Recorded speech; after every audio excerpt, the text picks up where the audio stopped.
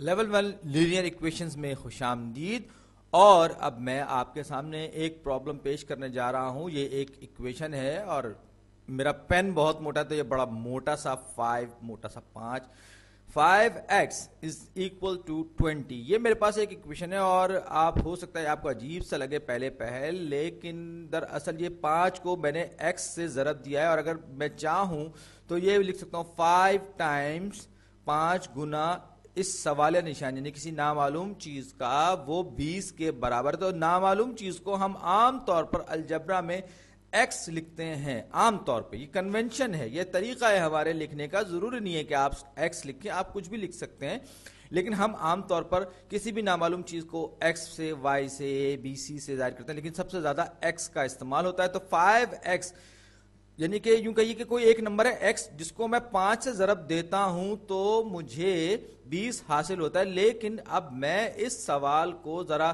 جس طرح ہم الجبرا میں حل کرتے ہیں تو سسٹمیٹیکلی اس کو سالو کرتا ہوں. اپنا پین بھی میں نے تھوڑا سا باریک کر لیا ہے کیونکہ پہلے بہت موٹا تھا. تو 5x is equal to 20 یعنی کہ 5 کو میں x سے ضرب دوں گا تو یہ 20 کے برابر ہوگا. دونوں سائڈز کو میں اگر 5 سے تقسیم کر دوں گا، یہ ایک طریقہ ہے، تو یہ x 5 اور 5 کینسل ہو جائیں گے، لیفٹ ہینڈ سائڈ پہ صرف x آ جائے گا. 20 کو میں 5 پہ تقسیم کروں گا تو یہ 4 کے برابر ہو جائے گا. یہ اس ایکویشن کو سالو کرنے کا ایک طریقہ ہے. دوسرا طریقہ جو دراصل وہی ہے لیکن تھوڑا سا اس میں فرق جو واضح ہے وہ یہ کہ میں 5x کو ملٹیپلائی کرتے جو کوفیشنٹ ہے وہ نمبر جو x کے ساتھ ہے میں اس کے ریسیپروکل سے ملٹیپلائی کر دوں گا. تو 5 کا ریسیپروکل 1/5 ہے تو میں نے اس کو ضرب دے دیا. بات ایک ہی ہے، آپ 5 کے ریسیپروکل سے ملٹیپلائی کر رہے ہیں یا 1/5 سے 5 سے ڈیوائڈ کریں، بات ایک ہے. دونوں صورتوں میں ہمارے پاس x is equal to 4 آئے گا. تو یہ جو 5 ہے یہ جو ہے ہم نے اس دوسرے میتھڈ میں ہم نے کیا کیا، ہم نے اس کے ریسیپروکل سے ملٹیپلائی کیا اور یہ اسی لیے مجھے زیادہ پسند ہے کیونکہ کمپلیکیٹڈ جو کوفیشنٹس ہوتے ہیں ان میں یہ ہمارے کام آتا ہے. اب یہ ایک اور پرابلم ہے، تھوڑا سا پیچیدہ ہے پچھلے والے کے مقابلے میں. -3/4x ایکولس ٹو کس کے برابر ہے؟ یہ 10/13 10/13 کے برابر ہے. تو اب اگر آپ دیکھیں تو آپ کو تھوڑا سا مشکل لگے گا، لیکن اگر آپ کے ذہن میں یہ بات ہو کہ x کا جو بھی کوفیشنٹ ہو مجھے اس کے ریسیپروکل سے دونوں سائڈز کو ملٹیپلائی کرنا ہے. ظاہر بات ہے کہ اگر آپ کسی بھی ایکویشن میں لیفٹ ہینڈ سائڈ پہ کوئی چیز جمع کر رہے ہیں وہی چیز آپ کو رائٹ ہینڈ سائڈ پہ بھی جمع کر رہے ہیں، اور جس چیز سے آپ لیفٹ ہینڈ سائڈ پہ ملٹیپلائی کر رہے ہیں اسی چیز سے آپ رائٹ ہینڈ سائڈ پہ بھی ملٹیپلائی کریں گے. تو میں -3/4 کے ریسیپروکل سے دونوں سائڈز کو یہاں پہ مجھے ملٹیپلائی کرنا ہے تاکہ لیفٹ ہینڈ سائڈ پہ میرے پاس صرف اور صرف x رہ جائے. تو -3/4 کا جو ریسیپروکل ہے وہ -4/3 -4/3.